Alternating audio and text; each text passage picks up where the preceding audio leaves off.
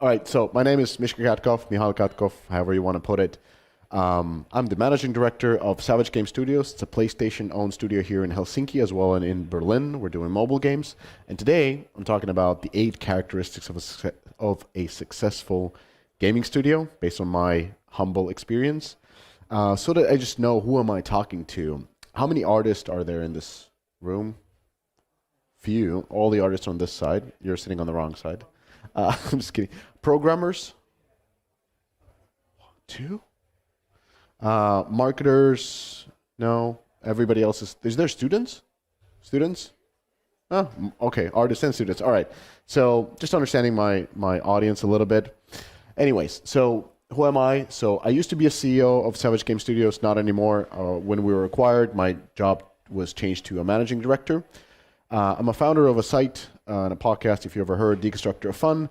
And then I'm an advisor at a few different gaming-focused VCs. So basically, I used to make games. Now I kind of observe how other people get to make games. I write, talk about games, and then I help game companies to get invested so they can make more games that I can write about and talk about. Previously, I worked at companies like Digital Chocolate, Rovio, Supercell Zynga, and Fun Plus. Worked both here in Helsinki as well as worked in the US, hence the American accent. But, okay, so there's not going to be any animation.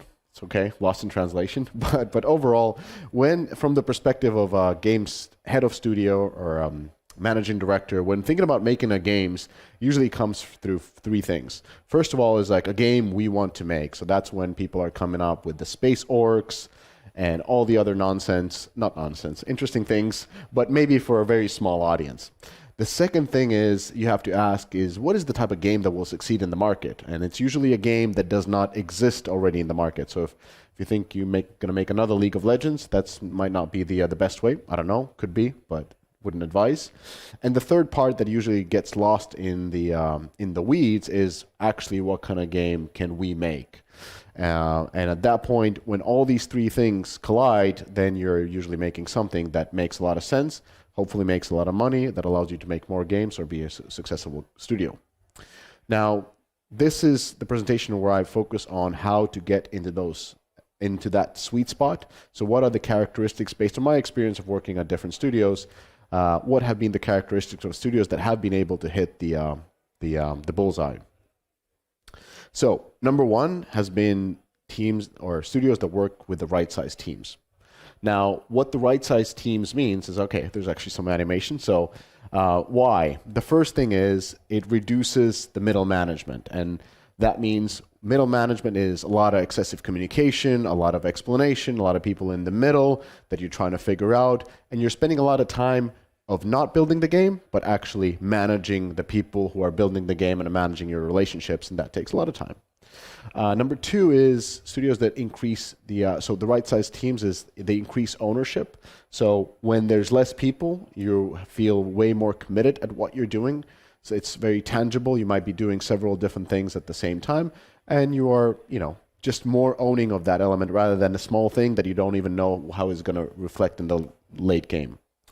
And number 3, why right-sized teams make sense is your studio becomes more versatile and adaptable.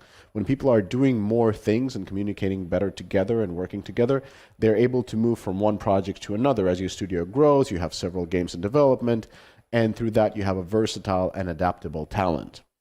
Now, the studios that have been able to achieve this are usually the ones that start the game teams in a very scrappy way. So very few people on a project rather than starting big.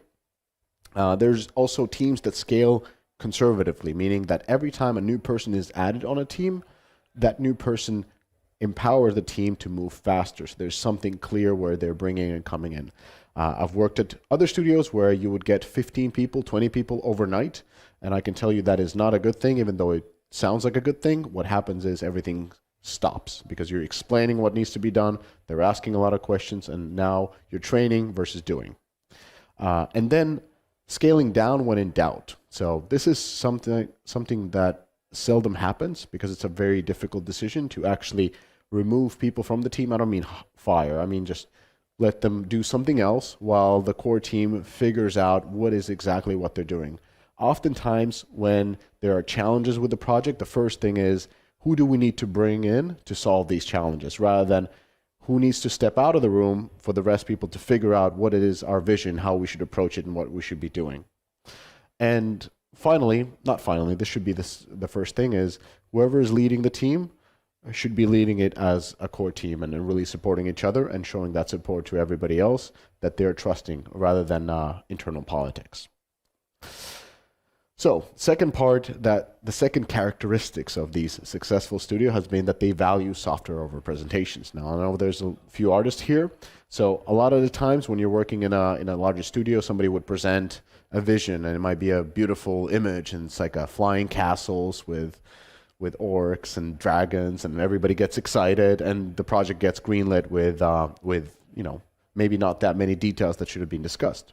There are also studios where revenue projections are very important. You'd say, like, we're going to make $2 billion. And it's like, wow, this is greenlit right away. How many people do you need? And when is it going to be done? And things move forward. But at the successful ones, really this software has been the focus of everything. So weekly builds, bi-weekly builds, you're playing them, you're giving your feedback. Everybody in the team is playing them. You can download the build at any time and give it a go. And that really teaches the team to even work in the right type of way, because as you go live, we're assuming you're a free-to-play game, you have to make changes on the go. You have to make changes in the software, and that's what really matters in the end. So this has been a characteristics of the successful studios. Number 3 is employing reference games. So what I mean by that is when you have a reference game, a game that you're looking up to, we're going to make like X, Y, it gives you 3 things. First of all, it gives you alignment on what you're doing. Let's say you are working on I'm blanking. Give me an example of a genre. Open world RPG, the easiest game you can make. So then you'd be like, let's do like Genshin Impact. It only took 1,000 people. So we can do it, us 8. And so you're aligned on that. It's very clear. And you're able to basically understand what is the definition of a done. Like, this is how the attacks are work. This is the system that it works. And anybody can take that game and be like, yes, I understand that point. Of course, you're not making one-to-one. It's a different version. But there's going to be a lot of elements that are from that game that you can align on. This number 2 is when you align on things, you have speed. You don't have to argue about how to do an open world RPG. Everybody knows how to do an open world RPG. That's like the next thing from Angry Birds. And then that gives you the speed of moving forward. And then number 3 is it gives you focus, because you don't have 1,000 people. You're not working in the Beijing office. And now you have to focus on what are the key elements of that Genshin Impact that you need to focus on. Like, maybe you don't launch on all the 3 platforms at the same time. What are the key elements in this? What is the key element of that? And then you're able to focus and eliminate things that are maybe not as important. And that's very, very good for your progress. But referring to open world RPG, you have to be very disciplined when choosing your reference game, because it has to match the resources that you have, and you have to also follow that game through and through, because a lot of times what happens is either you choose a little bit of a higher up reference game like Genshin, or Call of Duty is another good example. Anybody can do one of those. And then you kind of follow it a little bit and then say, like, well, on the other hand, could be more like Diablo kind of, and then suddenly you have multiple different games and nobody's even knowing what you're talking about. It's very hard to focus. Its definition of done is muddy. So discipline is very important. Some examples of how studios have using reference games. So on the left you have like Archero type of a roguelikes on mobile. So you have games that have added, like Bethesda has been adding their own IP on top of it. They made the core maybe a couple of more things. It's fun, it's cool. Otherwise, it's pretty much similar. So we call it the +1. Or you kind of turn the screen around. There's a little bit of a movement. Mr. Autofire, a great example of that from Helsinki. They're probably too hiring. Anyway, so you do a great example of that. A little bit of different, but kind of the same.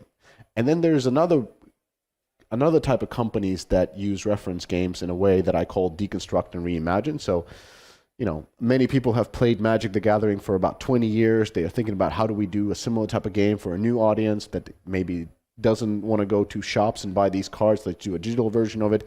They kind of take all the key elements out of it, their experience of decades, and create something fantastic like Hearthstone. that is just an absolutely different digital experience. And then surprisingly, the same people who created Hearthstone are now taking another way at it. Maybe there's a lot of people on mobile phones who haven't played Hearthstone. It's too deep to get in. It's too big right now. It's this and that. Doesn't really fit the TikTok audiences. Let's make a much shorter version of it. And they come up with a marvelous snap with a different IP. But it's essentially same type of a game, same core elements, but it's different. So the reference game is very important to use. And overall, if you're a new team, there's kind of like a rule of thumb. It's very hard to measure, but it's still a rule of thumb. And that is basically you take 90% of the things you do is known. So 70% of the features you're looking at, the elements you're looking at are proven. So this is how fighting works. This is how we do animations. These are the things. So they are from the reference game or two games. And this is something that another studio or studios have done extremely well. Everybody knows how it works. It could be controls, and you just follow the same thing. The 20% is left to, because you've been playing this game a lot, you think this could be better. We're going to change this. This is going to be more usable. We're going to play this game with one hand or something like that. And it's going to be in a thing that's going to add an element of improvement. And then the 10% you reserve to something new. So this is, new can be like combining two games together. So known plus known equals unknown. So that is your unique selling point, something that hasn't seen before. Like in the +1 version of Autofire, they turn the Archero to side scrolling. Suddenly you have two controls. That's new. Nobody has played it this way, and everything else was proven, and they were able to ship that game quite quickly and create a successful studio through that. All right, number 4. Everybody feels this way towards the Friday, but this is playing your game till exhaustion. So very simple. At the studios that I worked at, they were quite successful. The team that was making the game played their game. On the counter, I've been also at studios where people making a game didn't play their own game. That's a problem. So when you're playing your game, number 1, of course, you'd be clearing away bugs because you're encountering them. You don't have to ask your Discord audience. You know it yourself. Number 2, there's a lot of nagging user experiences. I don't feel this is right. I don't feel that is right. When it's always in your face or under your thumb, you're going to raise that and you're going to fix that. And number 3 is something that is very important, is balancing. So there's different type of models, different type of systems, different types of software for balancing, but really the best way is just playing your game, making it better, balancing it better, and suddenly you like your game, and chances are players will like your game too. So playing your game till you're exhausted and not hated, but till you're exhausted with it is very important. Number 5 is the respect towards players. So respect. When you have respect towards players, you're essentially building a community. And we understand that communities are very important. You create a very loyal player base. Like, let's say Blizzard is launching a new game, or PlayStation, if need be. A lot of people are very positive towards that because they fostered a great community. Number 2 is that leads to a lot of organic growth, meaning that you don't have to market that hard because a lot of people are talking about that game and they're buying that game and sharing that game. And number 3 is you become a very player-focused in your development. You're always thinking about the players first. But the difference, or the important part when building a community, is you have to build games that are very challenging towards players. A lot of the times, people think that if you're overly friendly, that means nobody can fail in your game or whatnot. That's the best way to approach it. No, actually, your game, the harder it is almost, the more likely you're going to build a community around it as people start sharing about the ways to progress. So make it hard. Don't treat your players as dummies. They are not. So, or otherwise you'll have players with dummies. Anyways, the number 2 is fostering a meaningful connection. So social games are very important. There are games where there's a reason for you to play with others, and you have to think about that from the beginning of your design. How do we make a game where when I'm playing it, I want to play it with somebody else? The game becomes better when I'm playing with others. And number 3 is engaging, interacting with community. So that's when the community management starts making sense. That's when the Discord pages are coming up to live. That's where community meetups make sense and so forth. But you have to kind of clear the first hurdles. Number 6, or the 6th characteristics, is empowering the teams to make decisions. Now, everybody understands that empowering is important, but responsibility means that you have the decision-making power, but you also have the accountability of the decisions that you make. So when you're given a decision, say, we want to do this type of a game, okay, you're accountable for it for the open world RPG. That means you're very committed to execute it. So it's not that an executive told you, I want you to do a roguelike RPG, and you said like, oh, it's impossible. Now you're not committed to the task, but it's more a task that comes from you. So that's important. Then the number 2 is faster learning cycles. When you're committed to doing something, you're trying different things trying to figure it out, how it works. If it doesn't, you learn, you move to the next one. So that's a very important part. The budget, so the framework that is set around it is, of course, the strategy. Actually, I'll talk about this in the next slide. But the role of studio leadership in these type of organizations has been to provide the teams with maximum context, so understanding of things that they're not seeing, whether it's the company strategy, whether it's the market, whether it's different decisions that they're making, providing the knowledge so they can make smarter decisions.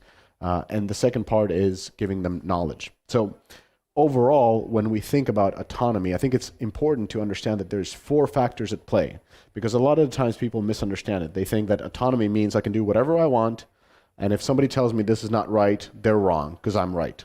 But autonomy comes from 4 elements in these studios. So number 1 is studio strategy. So you have to understand what is the strategy of the company, what is the strategy of the studio, and then how does my game fit into these strategies? Because that's when you're playing for inside the company and not like doing your own project that will most likely be killed because it's not according to the strategy of the company or the studio.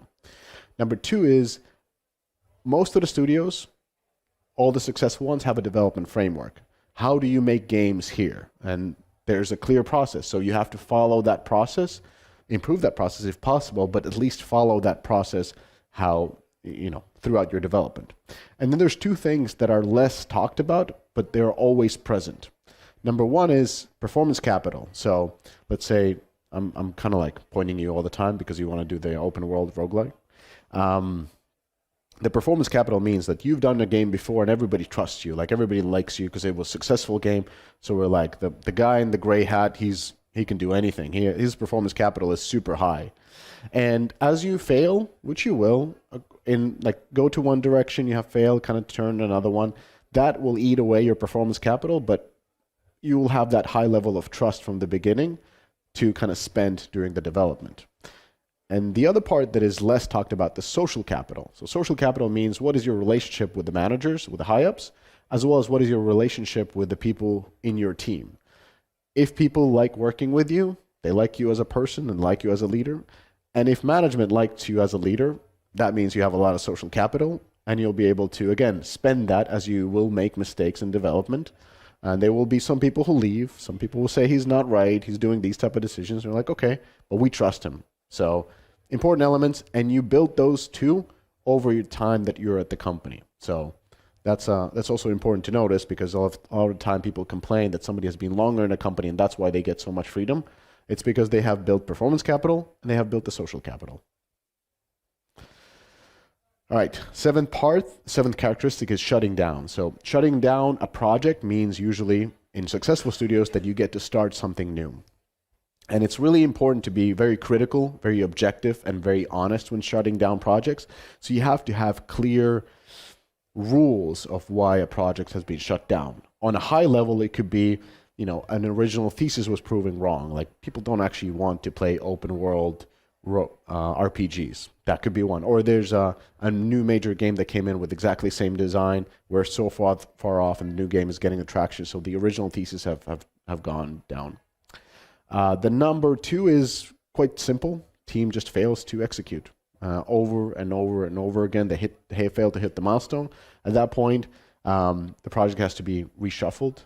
And number 4 is the team decides themselves that they've tried and tried to do every possible thing and it's just not working. So it's a shutdown time. And shutdown meaning it could be pivoted to something new, where you hopefully use the existing assets that, actually I wrote here. So always try to keep the core team together, the 3, 4, 5, 6 people, reuse the assets that they've been doing, reuse the knowledge, and most importantly, share the learnings. What worked, what didn't, so that the same type of mistakes are not happening again. And last but very important part is shipping. So even if you have all the things on the left, all the 7 parts on the left, right, you have the team that were always right-sized, you always focused on the software, you were very diligent in using your reference games, you played your game till exhaustion, you respected the player from the beginning, you've empowered the team to make the decisions, set clear boundaries and rules of those.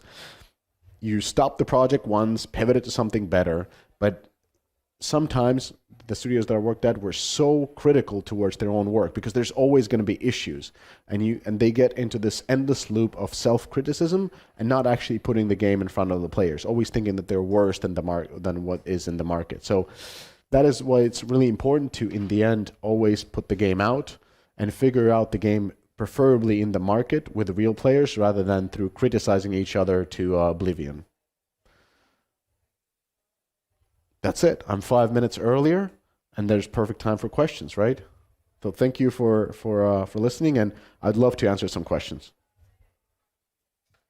Now you have to say your name because I've been. I'm Thales. Thales, nice to meet you. Nice to meet you too. I was just wondering what type of team structure you usually pick. So cross-disciplinary or all the designers on one team? In what stage of development? Well, let's say answer me for all of them, one at a time. Well, yeah. So of course, all teams are cross-disciplinary, and you start off with covering the basics. So you usually want to have one product person. It could be usually the game lead at that point. It could be a designer, but they have to have a product. So by product, I mean it's more than a game that you're building. You're building a business model. And so when you're looking to get an investment for the type of a game that you're making, you have to understand the market, you have to understand what kind of players you're making for it, and so forth. So you need to have one person who's very product focused. You need to have a programmer or two in the beginning. So depending on what kind of a game you're making, maybe front end, back end combination is good. Depending on what tools you're using, even a couple of gameplay programmers could work as well. And number 3, you need to have an artist that is more on sketching, visual development focused, maybe not, depending on what kind of art directors you have, but usually somebody who's very good at sketching so that you can start trying different ideas of the visuals that you're chasing. So I would say about 3 people. Quite typically, it's also possible to start with 2, somebody with a product mindset, somebody who's a visual artist, so you can start visualizing an idea while you're studying the market, and then starting to do the prototype that doesn't have any art assets created for it, but just proving the core gameplay. No. Can you share some survival tips for smaller startups who are running on a shoestring budget? Tips for startups that are bootstrapped. So get to a point where you can prove your case or your game as soon as possible. And the way you prove it is by understanding what a proof is. So that is the important mindset with every time you're raising money or selling. Selling is no matter what. You have to understand what the other party is buying. So in their case, they're probably looking for an investor or a publisher. And for that, you have to talk to investors and publishers and understand, hey, publisher, what kind of games are you looking for? Rather than coming in, hey, publisher, here's the game I made. It's really cool. You want to play it. It's like, wait, first understand what are they buying? And through that, you'll get to the next stage. But yeah, here's one more from the audience. What are your thoughts on beta channels, getting feedback from the test audience? Beta channels? Like, what's an example? Getting the feedback from the test audience. Oh, yeah. So it's you'll get the type of feedback that you're looking for. I mean, all kinds of testing platforms are very important, but you have to have a hypothesis that you're testing against. And these are great ways to early on prove that you're on the right track. So use testing as much as possible. Start off first with internal testing, then friends and family, then different platforms that you can do, Discord channels. They're all ways to get data to prove that what you're doing makes sense. I've done, by the way, if the person's asking, I remember doing like once, I forgot what was the forum for it. We did like beta test. We were so excited about the game we were developing, which made no sense. It was like a synchronous move PvP.